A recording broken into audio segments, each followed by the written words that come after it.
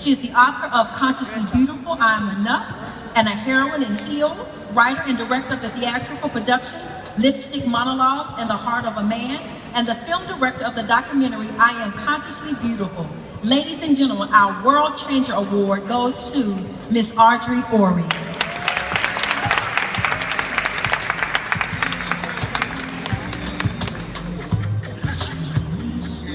Good evening.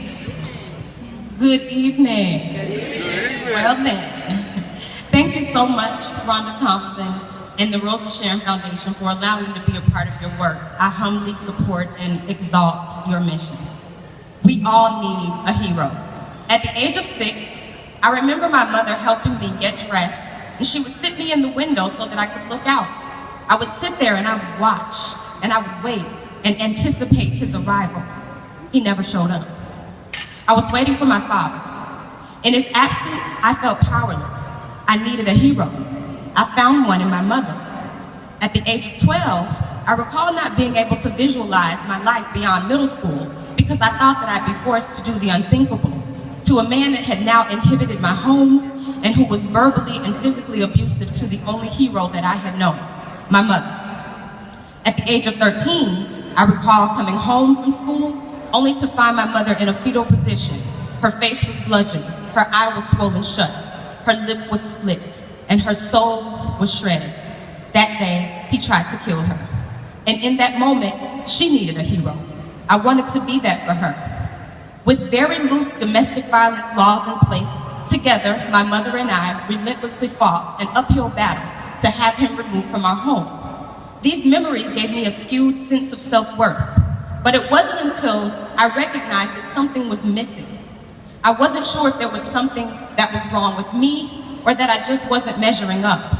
In an effort to find my power, I resolved to use my hands and my heart to speak life into other women and girls of all ages. I began to write books, create documentaries, theatrical productions, and I launched a publishing company, all purposed to encourage women and girls to write about their stories and reveal their truths. I also established the first ever beauty walk with the mission to target the messaging that can often be harmful to our self-esteem and help women and girls of all ages to recognize, to raise their self-esteem against domestic violence. Today, at the age of 38, she's 38, I can honestly say that my mother is still my hero. Together, we are no longer bound, broken, or wrapped in chains. I recognize today and forevermore that God has created each of us in his perfect light, and that makes us all enough.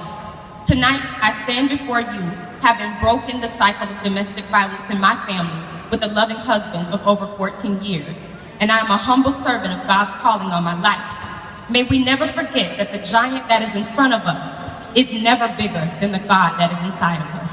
Thank you so much.